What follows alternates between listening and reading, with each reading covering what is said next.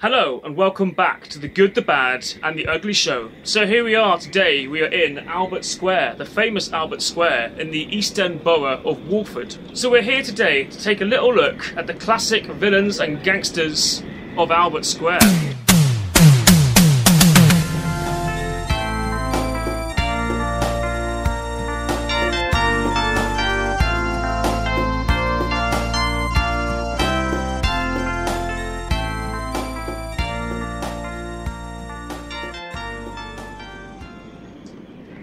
Oh, lofty. Okay, so we're going to run down some of the best villains, nasty people, gangsters, and all those kinds of people of Eastenders. I'm reading these fantastic annuals at the moment. Look, you get a nice view of the square right here. You can go down there and see that. You see, it's pretty good, isn't it? But anyway, I'll put this down and pick this one up. Just read this one instead. No, not really. So, I like the classic Eastenders. I watched it. I was born in 1985, so I am as old as Eastenders is. We are the same age. So, I kind of stopped watching it around 2005 because it's around the same time that Martin Fowler left. And he's about the same age as me. And I think both of us had just had enough by 2005, to be honest. So, yeah, fair enough. I know he came back again later on as a different actor. So maybe one day I'll return to watching it, but as a different actor, if that works. I don't know. But anyway, we're going to go for the classic years, 85 to 2005. I mean, what is that? Is that 20 years? We'll say 20 years. Not, is it? So we're going to start with the man himself, Mr. Dirty Den. Den Watts. I'm Den Watts, the Vic's my boozer. So Den Watts was the pub landlord, the landlord of the Queen Vic. So Den was a complex character, I guess, kind of the star of the show to begin with. I think he's the first person seen, more or less. The whole thing began with them kicking the door in to find a dead Reg sat in a chair. Him and Arthur and maybe Pete Beale, I can't remember completely. But yeah, Den was an integral character, and he was also a sort of goodie and a baddie, a sort of anti-hero, you might say. He got dodgier later, and then redeemed, then dodgy, and all that. So basically, he was always involved in little shady bits of business. They would allude to him being a gangster in some of the earlier episodes. He'd kind of give the nod, like, "Are you involved? Do you really know the gangsters, Den?" You kind of go, who knows? But later on, they actually made him get involved with the firm. And now the firm were basically the gangsters of Albert Square. So basically that's the ongoing thing throughout the series. They're always there in the background, little encounters with them every now and then. They get brought in and out, mentioned here and there. But yeah, Dirty Den, so basically he grasped on some of them by mistake, and then I think they got hold of him and said, basically, you can work for us or we'll kill you, or something to that effect. So he ended up being stuck working for the gangsters, and around the time that he leaves the Queen Vic and hands the keys over to Frank and Pat Butcher, he goes off and becomes part of the firm. He runs this little bar for them and does all their dodgy shenanigans. It seems to pay off quite well for him until Wilmot Brown, he does something despicable to Kathy Beale, and Dirty Den takes revenge by basically torching the Dag Bar, which is, the Dag Bar is one of the stupidest names for a pub, and Wilmot Brown is a very silly name for a character. So yeah, two interesting things right there. It was a despicable character, Wilmot Brown. But yeah, so Den basically like burns his club, his wine bar, trendy place, destroying some of the yuppie standing in Albert Square as well at the same time. All good stuff, probably.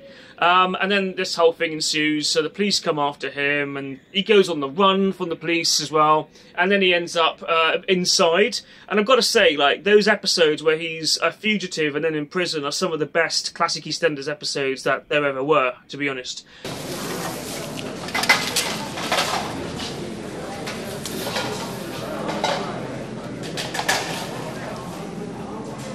And then they catch up with him, and he gets shot by a bunch of daffodils. Everyone knows about this. So let's do a bit more of his personal life. So Angie Watts was his wife. She later ran away with Brian May from Queen. All part of the storyline. And yeah, he had different women he was interested in. They were always a bit kind of horsey, a bit kind of posh. He liked the posh ones, really. I guess they liked a bit of rough. I don't know, that kind of thing. And obviously Sharon was their adopted daughter, because Angie couldn't have kids, so they adopted Sharon, all more part of the storyline. But yeah, so after he's shot by daffodils, they say he's dead, and they can't find his body for about a year, and then they find a body, but they can't do a proper identification because he's all messed up. So they always allude to the fact that Den might still be alive. They always wanted to bring him back.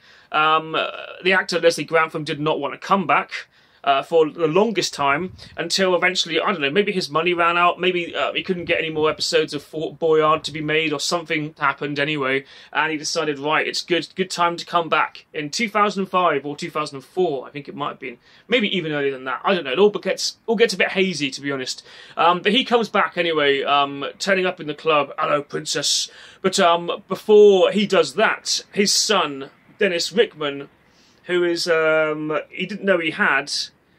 This all gets a bit convoluted here.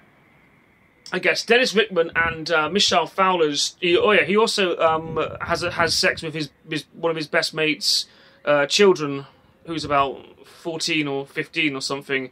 So he's dirty in every sense, and he gets Michelle Fowler pregnant, but no one knows that for a little while. It's always like a secret thing. They did a whole episode where she's on the phone to the dad, and there's all the different people on the phone, and you're like, which one is he going to be? And it turns out to be Den. Yeah, dodgy, dirty Den. But so she turns up again, and then Dennis Rickman, who is like the illegitimate child of Dirty Den, who no one knew about, he turns up, and then eventually they bring Dirty Den himself back. And it all gets squared with the mafia. He's allowed to return. It turns out that he faked his own death, hid in Spain for, I don't know, like 15, 20 years. And then, just sort of came back without any problem and confronted the... He could have done this a long time ago, couldn't he, Just going to waltz in and talk it through. It's all fine. Yeah. And then Leslie Grantham sucked his finger on the internet and basically destroyed his career. And you want to go and watch that video. I'm not going to talk too much about that because I wouldn't mind this video not getting demonetized. So yeah, go look that up yourself. But he did that stuff. I might put a clip in. Probably won't. But he did that. And that kind of ruined it. So they wanted to keep Den in as like a long-term villain, but after that they couldn't really. So he had to get killed off again. This time permanently. So yeah, they got his angry wife Chrissy to do it. Well, there's a whole thing between Sam Mitchell, Chrissy, who is his wife, and Zoe Slater, one of the notorious Slater girls. And Zoe Slater thinks she's killed him, but it's actually his wife who did it. It's all a bit shit, really. Kind of a bad way for him to go out. And then, they all kind of get involved in a little free group when they're trying to kind of like blackmail each other, and it all gets a bit tedious. And Dirty Den, at this point, is dirtier than he's ever been because he's underneath the cellar of the Vic. Very, very, very dirty at this point. And, Sam Mitchell eventually digs him up on, on the wedding day of Sharon to her brother. Well, not her real brother, but her adopted brother. Yeah, that happens. Somewhere along the line, Sharon and Dennis Rickman get married. Yeah, it all goes on. And, then Dirty Den's dug up. So he turns up to the wedding. After all, it's a celebration and all that. So, yeah, that's the end of Dirty Den, the beginning and the end. Now, the Queen Vic itself, we should get into that. Because if you think Dirty Den is killed in the Queen Vic, all the miserable stuff happens to him in the Queen Vic, and then his son, who also lived in the Queen Vic for a while, he's brutally murdered, and then his grandson, he dies on a fire in a boat. So you think there's a curse right there. And now anyone who has anything to do in Albert Square, anyone who goes into the Queen Vic pub, dies a horrible death, or is the subject of a life of misery. Now, people think they're watching a soap and they're watching Eastenders. What they're actually watching is a horror series. That's right, about a haunted pub. So you ever seen the Amityville Horror? Hear me out on this. So yeah, basically, the pub, the Queen Vic. So if you read the backstory, which you can go and do that online, the original landlord of the Queen Vic when it was built, he strangled and killed his wife in the bath. There's a brutal backstory to it. So the pub is cursed. And that is really what this show's all about. It's about a haunted pub that kills people in horrible ways. You go back and watch it again, and you'll see exactly what I mean. So, anyway, I won't go too far into that. That could be a whole other video with lots of proof. In fact, other characters, we'll go a little bit more into it. Other characters have mentioned that it's cursed. Phil Mitchell regularly says that, and he even sold it to Dan Sullivan for $5 at one point, saying it's cursed. I don't want it, you have it.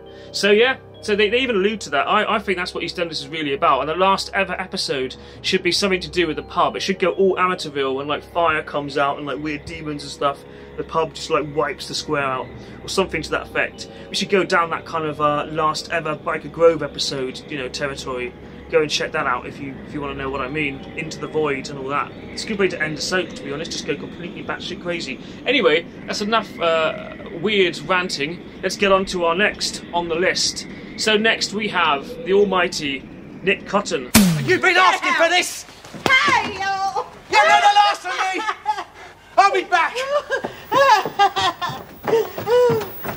That's right. Now, he's probably one of my favourite characters of the show ever, quoting some amazing bits of dialogue. Like one of my favourite lines by him, I think, was "Shut your face, Ma, and give me a $5." That's pretty good. You get that on a T-shirt with a picture of his face. Actually, that'd be quite a good idea. Sell them on the merchandise on the channel. Now, if you enjoy watching these videos as much as we enjoy making them, please help the channel out by hitting the donate button right there. Basically, you can click on that and give as much or as little as you want. Anything will help the channel out. It's all good. Back to the video. But yeah, Nick Cotton was great, so let's do a bit of backstory on him. He's in the first episode. He starts the first ever fight in EastEnders. He punches Ali, the Turkish cafe owner, and they have a massive brawl in the Queen Vic. And Dirty Den jumps over the counter and throws them out. The first counter jump, which becomes a bit of a thing as well. Hello, Ma. He is the son of Doc Cotton, and yeah, Doc Cotton was another great character. There was a great spoof sketch show on this in the 90s with Cotton and Son. If I can find a quick clip. Oh, you'll feel the back of my hand coming on in a minute. You is nothing but a great big lush. So he starts off as a kind of petty thief, and he gets into kind of mugging old ladies, namely Ethel. So yeah, he gets Mark Fowler in trouble. Mark has to go on the run. This is when Mark's doing his whole like black shirt thing. And Nick Cotton, yeah, he goes off. He keeps going off and coming back. Every time he's a pain in the ass. He gets beaten up by Pete Beale in one amazing episode. Obviously he gets on the wrong side of Dirty Den. He turns up in prison as well. When Dirty Den's in prison, he's like his cellmate or wingmate or whatever for a bit. Yeah, then he tries to poison his mum. I think he tries to kill her a few times, actually. He holds her kind of captive at one point as well. Yeah, he's a real piece of work. Pretty brutal. He bullies and torments and does what he wants to do. Blackmailing, extortion, heroin addict at one point as well. He also stabbed Eddie Royal to death, who was the landlord of the Queen Vic for a short while. So another curse. Another Queen Vic curse on someone else. That's a pretty bad way to go. Look at all the landlords of the Queen Vic over the years and what happened to them. John Altman, I believe the character's called. And if you watch Return of the Jedi, you can see him in that film for like a brief moment. Because the director who made that also made a film about the Beatles where he played George Harrison. He was also in Quadrophenia as well. So I like Nick Cotton for a lot of reasons, really, because he's in all those films. John Altman's great, and he's great at playing him. He eventually left the soap because they wanted to do a storyline where his character comes out as gay.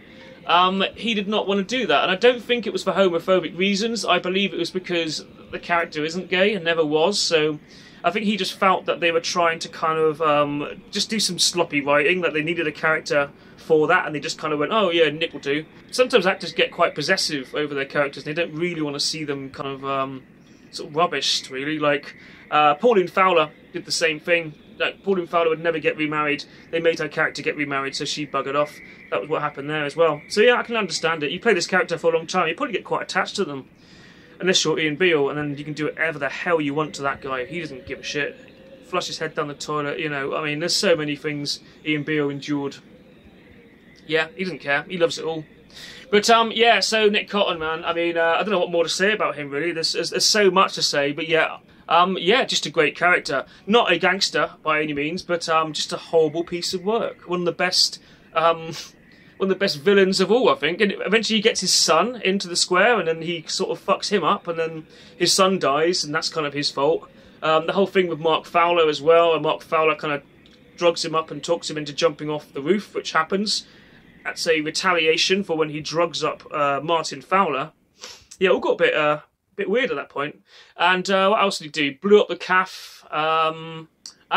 He had his own one-off special. The Return of Nick Cotton.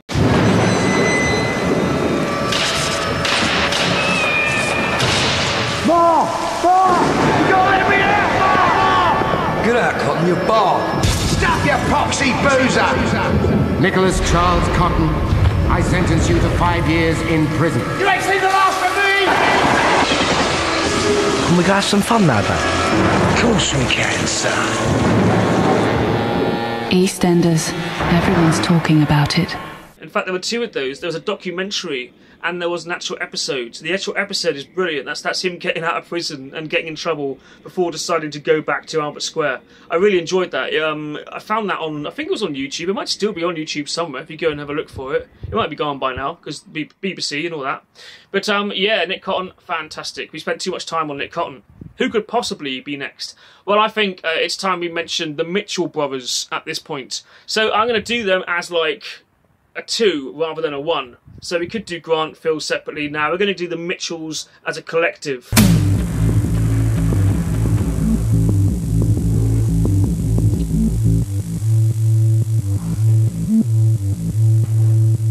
The boys are back in town. Eastenders on BBC One. So, yeah, the Mitchell brothers. So they turn up in 1990. It starts off by Phil sat sinister in a car saying, "This place is right for picking," or something like that. I'll walk round the square with you, Uncle, you know, because you never know who might be lurking in the boat this time of night. And I found the ideal spot. And then him and Grant turn up in the Queen Vic in like the next episode, and they're pretty scary, to be honest. I mean, Grant is just like mental at that point. Yeah, he's just kind of deranged, loud, and very aggressive looking. He goes and rips off Frank Butcher straight away. And yeah, then they kind of make themselves at home. They buy the Archers and they build their car empire. And then later on, Grant gets involved in the pub and they end up owning the pub and owning lots of businesses. And then Phil Mitchell's rivalry with Ian Beale, that kind of all kicks off a little bit later as well, over him seeing Ian Beale's mum and eventually marrying and having a child with. But Phil Mitchell is an alcoholic, so that gets a bit messy. Yeah, Grant Mitchell, the first nasty thing that Grant Mitchell ever does is he beats the shit out of Eddie Royal in the Queen Vic one night after he tries it on with Sharon. No, Grant! No! Grant! Oh, Grant, stop it! Oh, God, stop it! Get off him! So, yeah, that's quite a brutal scene, and that shows Grant with his PTSD from the Falklands and his kind of just aggressiveness, and it goes on from there. Grant beats up a lot of people after that. I mean, Beppe, Steve-O, and countless people get savaged at the hands of Grant Mitchell. But, well, the fists. Phil Mitchell can also, he's also quite a scary character. He can give as good as Grant's. Come on! Coming in! Hey! That's enough! Both of you! Phil's not the quiet, timid one that you kind of think he is to begin with. He seems like the sound kind of logical person who looks after Grant, but you find out that he's actually just as bad, really. And then he joins a lot of nasty gangs, and he's part of another little gangster thing later on with the Palmers. We'll get onto them later on.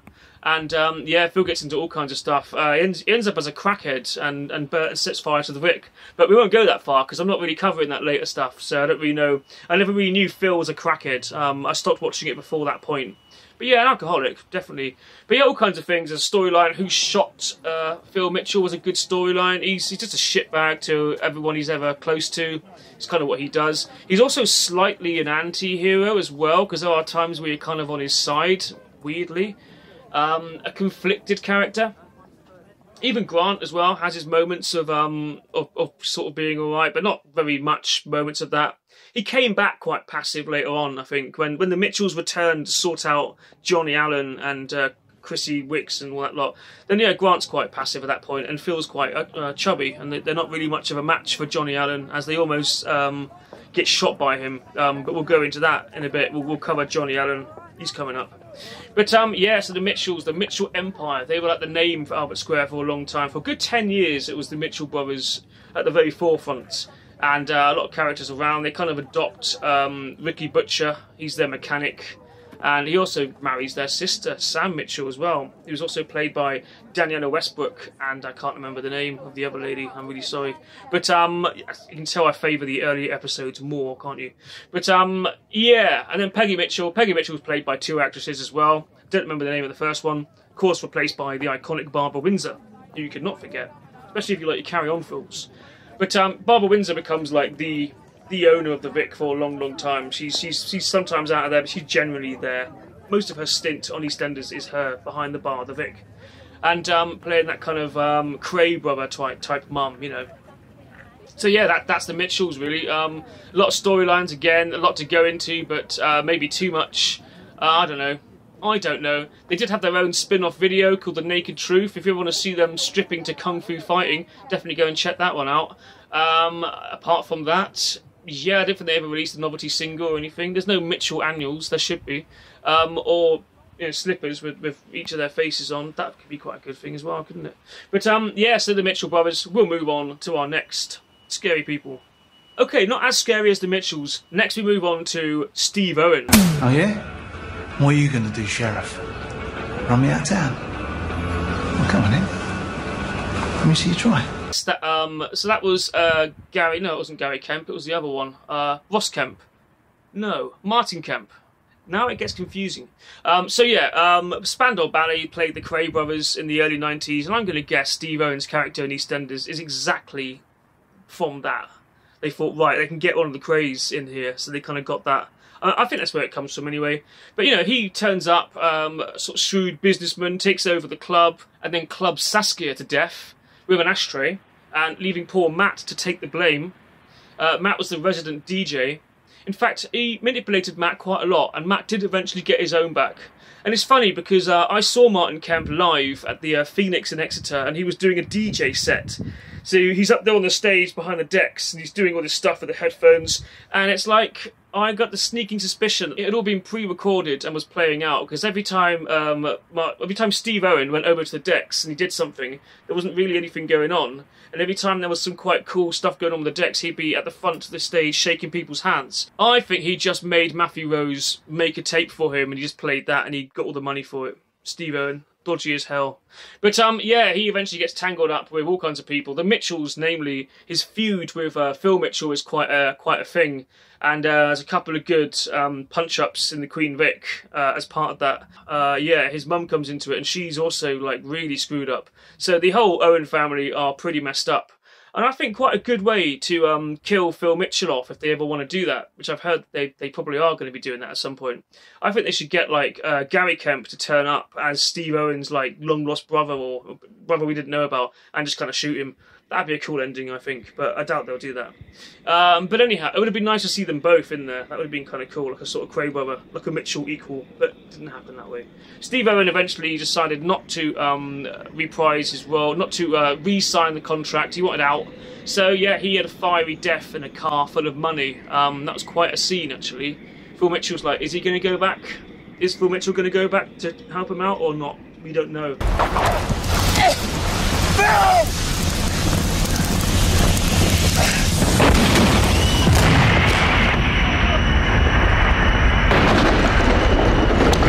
Steve Owen was a bit of a shitbag, to be honest, so I can see why he didn't. And there was a big feud between Dan Sullivan, Phil, and Steve, and Steve's girlfriend, who Ian Beale also married. Scared, Jamie? No. Well, you're even more stupid than Phil is, if he thinks he's going to get away with this. The trial begins Thursday at 7:30 on BBC One. EastEnders. Everyone's talking about it. So next we'll move on to another gangster. So this guy turned up right at the end when I basically kind of more or less stopped watching. But Johnny Allen. Enjoy your flight.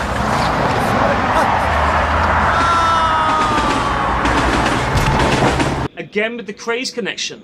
This guy was actually connected to the Cray brothers. So when he was young, the actor that is. The actor's name is Bill Murray. Yeah, not that one. That one.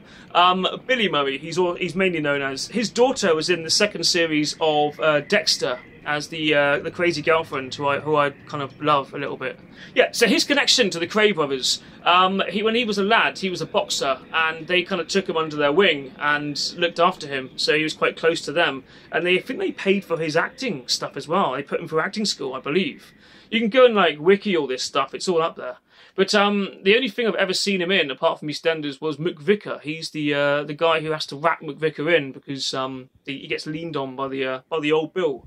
But yeah, he's quite good as Johnny Allen. He's a bit of a probably a bit scary in real life, so he kind of works quite well for the role. He plays a good villain. He turns up and pushes Andy Hunter over a bridge, which is kind of what we were all wanting to see for about a year or so. Yeah, we'll get onto Andy Hunter, will we? Yeah, we'll get onto Andy Hunter in a bit. But yeah, so he turns up and does that. He's also in with he's got the Moon Brothers, who are ridiculous characters. Jake and the really bizarre younger brother. Maybe that is the younger brother. I don't know. One of them's really, really ridiculous, and the other one's quite placid, who used to be in The Office. That's all I remember about them. But yeah, they're kind of his henchmen, really, when he turns up. They work for him. They're on the run from him. He turns up and kind of, like, gets hold of them. Gets his little hands onto the property and the club and stuff in Albert Square, becomes, like, the head honcho. This is after Phil Mitchell has been stitched up. Oh, we didn't mention that, did we? Phil Mitchell gets stitched up by Dirty Den, basically, to do a robbery. Then Dirty Den kind of shoves all the money down and frames him and shuts the lid and makes sure he goes to prison.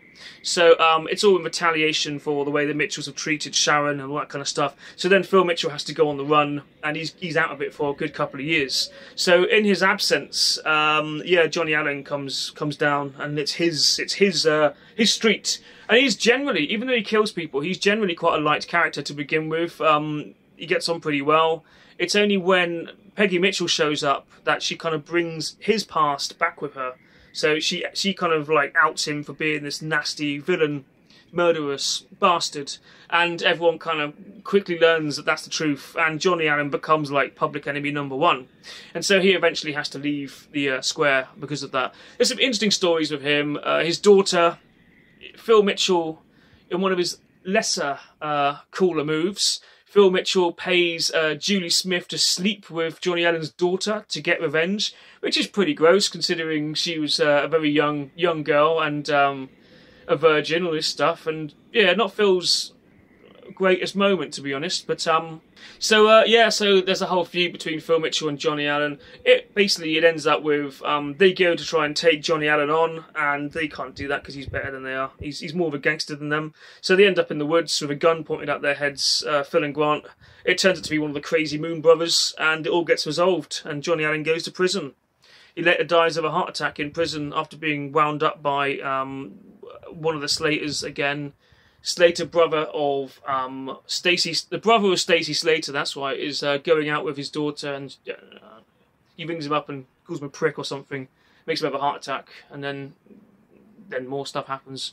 But yeah, Johnny Allen, he's a pretty good character. He was sort of disappointingly short-lived, really, because I think they thought, yeah, okay, he'll be good. And I guess they managed to get both the Mitchell actors back, and it kind of ruined Johnny Allen's character off. Things happen like that. You think you're going to be in it for a while, and then something else happens, and then you're out.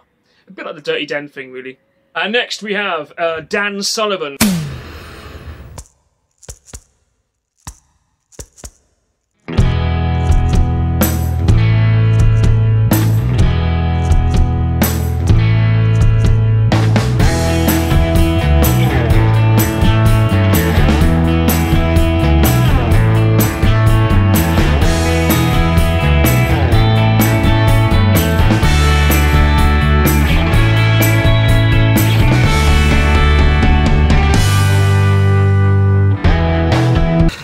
Remember, starts 6th of August on BBC One. EastEnders, everyone's talking about it. So Dan Sullivan is one of the scariest looking human beings, man. But also he's in those Rise of the Foot Soldier films and some of the other nasty kind of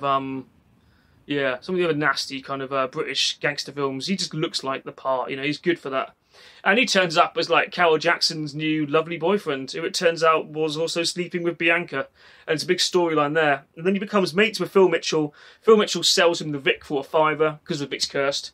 And then they start fighting at that point. And then he tries to get it back off him, and it all goes to a head. And it ends up with Phil and Dan Sullivan becoming mortal enemies. And there's a whole like kidnapping storyline, again involving the blonde lady, who I can't remember her name. Yeah. So that all goes on. But Dan isn't really in it that long. He just turns up and there's a nasty bit of stuff going on. Then he leaves again. But he's a complete asshole. He winds poor Ricky up. But yeah, he never comes back. So when he leaves, he doesn't get killed off, but he never returns. So maybe one day you'll get him back in it. When the ratings are really low, let's get Dan Sullivan back. Maybe he will kill Phil Mitchell off, perhaps. That could be it.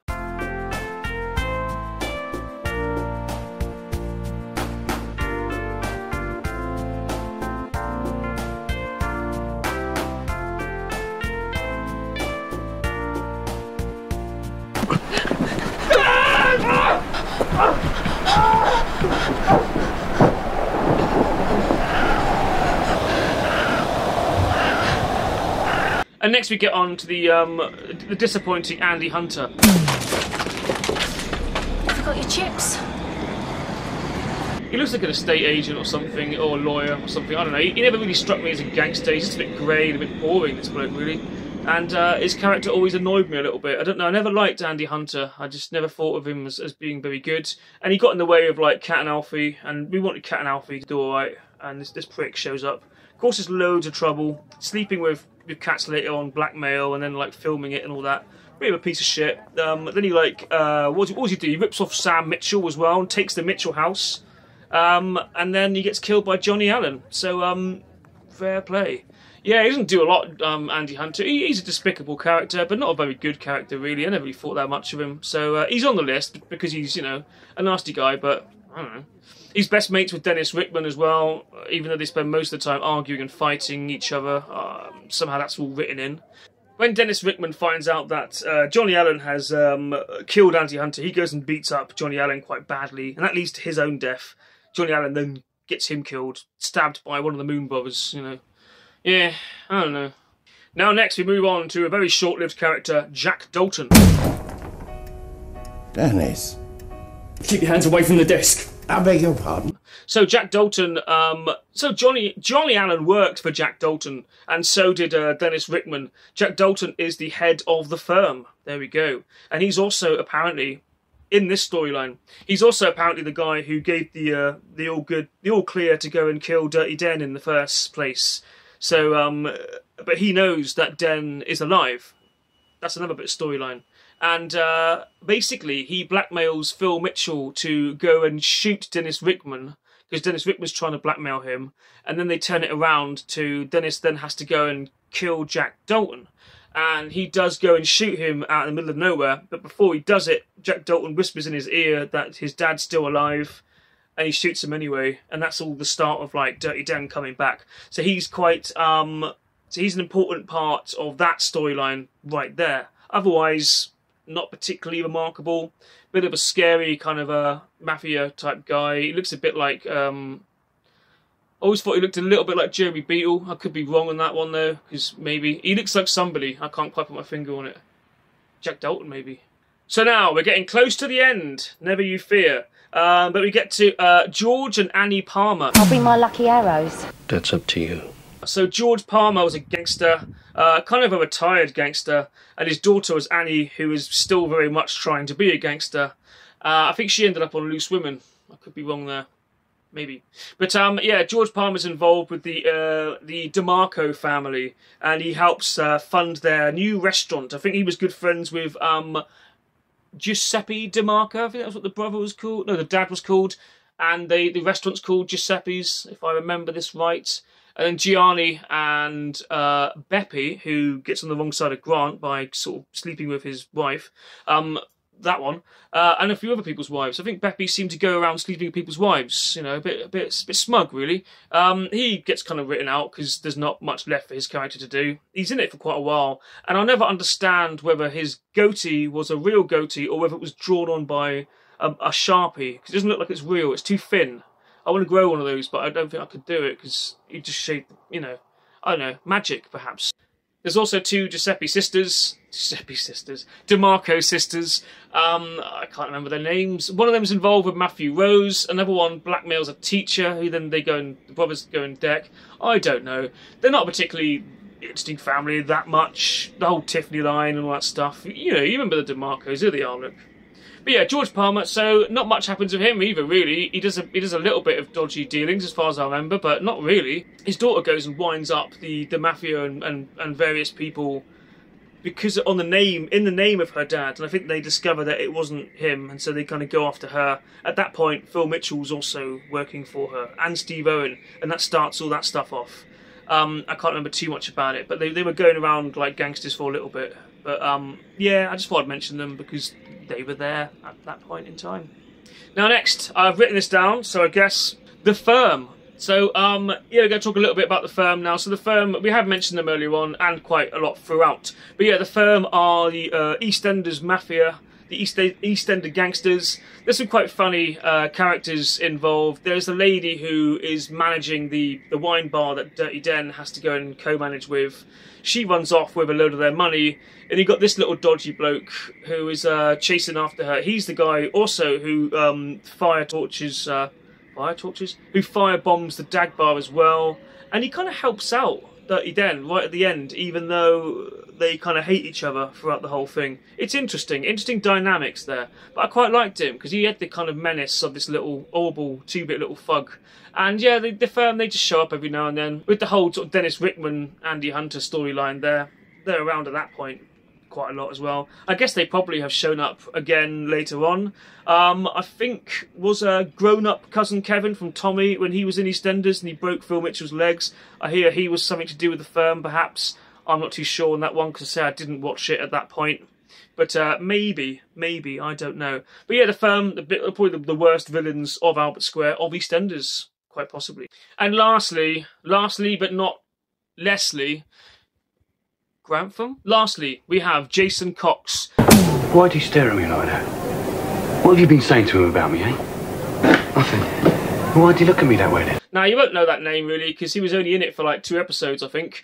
But he shows up. So, Phil and Grant Grant mainly, when he was doing his really dodgy shenanigans when he was in the Vic. One of the stupider moves of Grant's is that he gets in with some dodgy guy and they rip him off.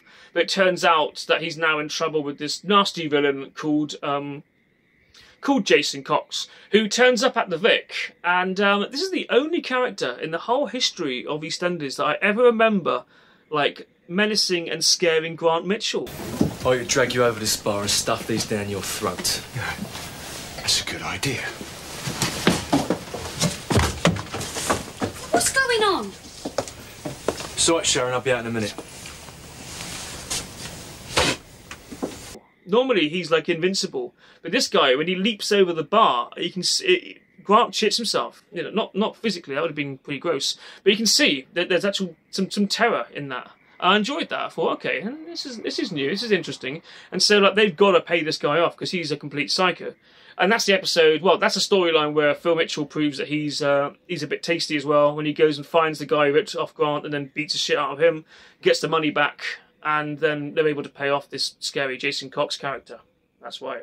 There's also a weird little menacing Scottish bloke who turns up later on. I cannot remember the character's name. Classy number, your bird, isn't she? I could really go for her. Oh, nice place you've got here and all. Nice and secluded. I'm talking to you. But he turned up in extras many years later as Bunny. I'm able to go out and enjoy some serious cock, guilt-free. Yumma, yumma, yumma, yumma. That's right, that guy. He scared Phil Mitchell for a little while. But yeah, so that was my little bit of history anyway on the villains and the gangsters of Albert Square. As I say, I don't really watch it anymore, but back in the day, I thought EastEnders was absolutely amazing. And yeah, that's why I've been. That's why I have these as well. Aren't they lovely? There's one more, right? There's one more annual. There's 3 of these all together. And I haven't got the other one. But if anyone has it, send it to The Good, the Bad, and the Ugly Show. You'll find our address on the bit of blurb on, you know, where it says our names and stuff on up there somewhere. Have a look for our address and send it over, because I don't know, if I get all 3 of them, I'll do a whole video going through the books, going through all the EastEnders merchandise and all that stuff, and the videos and all that kind of thing. But I need that last annual before I do that. If anyone actually wants to see that, then find that for me. You might not want to see that. I don't know. I'm not sure if I want to make it, to be honest, but let's see what happens. Anyway, this has been my little video on the tough guys of EastEnders, live from Albert Square. Yeah. So yeah, I hope you've enjoyed this video. If you have, please like, share, and subscribe to The Good, the Bad, and the Ugly Show. Because there's no room left in hell. Fine, thanks. What's your story? Well, I'm in young girls' pants. I manufacture pants. Oh, what filth. Why do you prove it now? I don't feel that there's any great interest in it. Clearly, you must have felt the world wanted to know what your private parts look like, and now the world knows. Suggesting Dummies! Dummies! A consonant, please, Carol. C. A vowel. That is E. Another vowel. Another vowel. I. Consonant.